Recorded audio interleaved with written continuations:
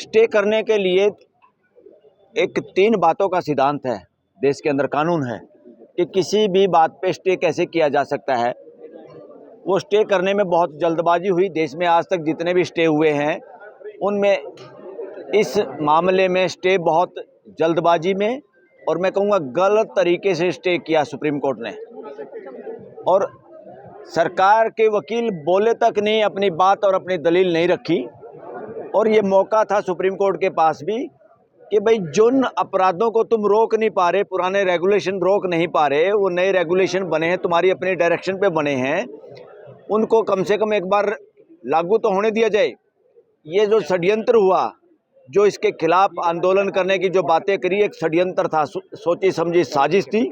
और उस साजिश का शिकार एक तरह से ज़्यादातर वकीलों का मानना है सुप्रीम कोर्ट भी उसी का शिकार रही, या कहीं ना कहीं सुप्रीम कोर्ट इस मामले में न्याय नहीं कर पाई, बल्कि उसका स्टे देश के लिए अन्याय साबित हो रहा है। और सबसे ज़्यादा समाज को बांटने वाले वो लोग होते हैं जो सत्ता में बरकरार रहना चाहते हैं, बनाए रखना चाहते हैं।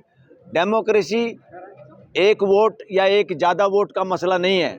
डेमोक्रेसी का असली मतलब है पूरे तंत्र को जोड़े रखना, व्यवस्था बनाए रखना, देश में मानवीय व्यवस्था स्थापित करना। लोकतंत्र का असली मतलब है पूरे लोग, पूरे समाज को जोड़े रखना, तोड़ना नहीं। वोट की राजनीति करके भी तोड़ना नहीं, जाति की राजनीति करके, रिलीजन की राजनीति करके तोड़ना नहीं होता। मगर आज के माहौल में ज़्यादातर, और आज जो सत्ता में जो लोग बैठे हुए हैं या उसके पीछे जो संगठन है, उनकी मानसिकता और विचार ही संकीर्ण है, बौने हैं। वो डिवीज़न के अलावा उनका गुजारा नहीं, क्योंकि ये सारा का सारा आज जो सत्ता में जो लोग हैं, इसके पीछे जो संगठन है, वो वर्णवादी विचार पे स्थापित है। और वर्णवादी विचार ज़बरदस्ती, चोरी चकारी, शोषण से, दमन से, सप्रेशन करके, अत्याचार करके शासन में बने रहने का नाम है वर्णवाद। और वर्णवाद को जो बरकरार रखना चाहते हैं वो डेमोक्रेटिक हो नहीं सकते, वो डेमोक्रेसी के विरोध में है। और गलती से इस तरह के लोगों के हाथों में देश की व्यवस्था चलाने की जिम्मेदारी है, और वह व्यवस्था को शासन की तरह चला रहे हैं। लोगों की आवाज़ नहीं सुन रहे, लोगों की आवाज़ दबा रहे हैं। देश का नंबर 180 देशों में इंडिया 162 से लेकर 165वें नंबर पे खड़ा है।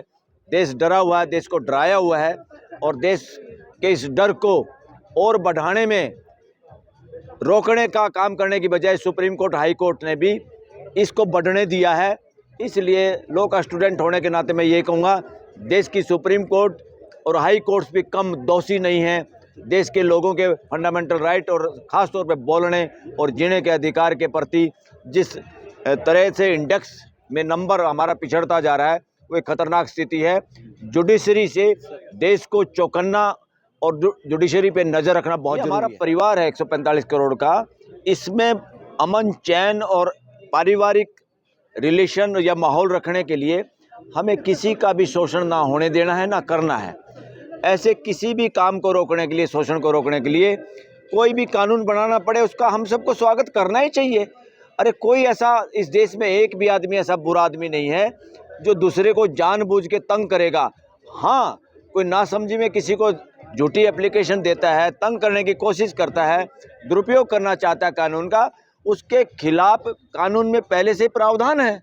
ऐसे तो सगे भाई, दो सगे भाई भी कई बार लालच में आके एक दूसरे की प्रॉपर्टी हड़प करने के लिए झूठे केस फाइल कर देते हैं। उसका ये मतलब नहीं है कि कानून बुरे हैं। आदमी कुछ गलती कर सकता है, इसलिए उसको गलती को रोकने के लिए कानून में प्रावधान थे, हैं, आज भी हैं। तो इस कानून को बल्कि रेगुलेशन के बजाय एक्ट बनाना चाहिए, स्ट्रॉन्ग बनाना चाहिए, ताकि कोई भी भेदभाव के बारे में सोच ही ना सके। ये उन लोगों को डर लगा, चोर के मन में मोर, चोर की दाढ़ी में तिनका, जो लोग शोषण कर रहे हैं, जो शोषण के आधार पे यूनिवर्सिटियों में प्रोफेसर लगे हुए हैं, जिस शोषण के आधार पे लोगों को नॉट फाउंड सूटेबल, ये कि भाई SC ST OBC का कोई भी कैंडिडेट योग्य ही नहीं पाया गया, ये जो ड्रामा चल रहा है देश के अंदर, ये बहुत खतरनाक है। 80 साल के बाद भी इस तरह का ड्रामा अगर देश में चल रहा है, ये पूरे देश के लोगों के मुंह पे तमाचा है। डेमोक्रेसी के विनाश की ओर देश जा रहा है। डेमोक्रेसी का मतलब अभी देश को और खुल के समझाना होगा, और उसका कार्यान्वयन जुडिशरी को भी मजबूती से करवाना चाहिए। जुडिशरी अपनी ड्यूटी नहीं कर पा रही है, जुडिशरी के अंदर मैं बार बार कह चुका हूँ, वर्णवादी मानसिकता का कब्जा है। इस कब्जे को तोड़ना है, बिल्कुल धराशायी करना है इस कब्जे को।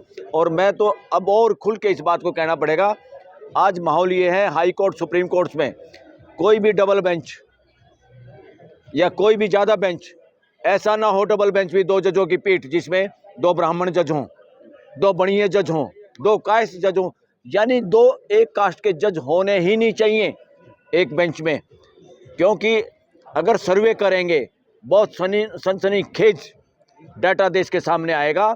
हम चाहते हैं इस तरह का हमारा जुडिशल सिस्टम की गिरावट ना हो और ये सारी सावधानियां बरती जाएं। और सबसे बड़ी बात तो ये है, देश में एक भ्रष्टाचार का अड्डा है, master of roster, chief justice high court का हो सुप्रीम कोर्ट का हो, वो उस अड्डे को छोड़ना नहीं चाहते। वो पॉलिटिशियन से भी गंदे बने हुए हैं, पॉलिटिशियन से भी ज़्यादा भ्रष्टाचार छुपा हुआ है मस्ट ऑफ रोस्टर में। कौन केस किसके सामने लगेगा, कौन केस नहीं लगेगा, जरूरी केस लगते नहीं, गैर जरूरी केस फटाफट सेठ लोगों के या प्रभावी लोगों के लग जाते हैं। हमारे एक साथी एडवोकेट ने मैथ्यू नेदुम पारो ने कहा तो चीफ जस्टिस ने रिएक्शन किया, रिस्पॉन्स नहीं किया। एक समझदारी से उसका जवाब देने की बजाय एक इस तरह से भाषा, जिसको वकील कह रहे हैं गुंडे की भाषा की तरह से चीफ जस्टिस ने कमेंट किया, जिसकी हम भर्त्सना करते हैं।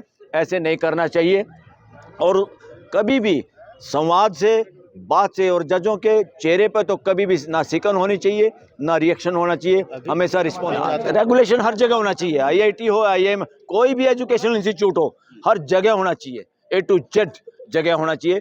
जहाँ भी डिस्क्रिमिनेशन हो रहा है एजुकेशन में या जॉब में, सब जगह ये होना चाहिए। कोई भी डिस्क्रिमिनेशन करने की सोच ही ना पाए। इस तरह का माहौल, इस तरह का कानून देश के अंदर होना ही चाहिए।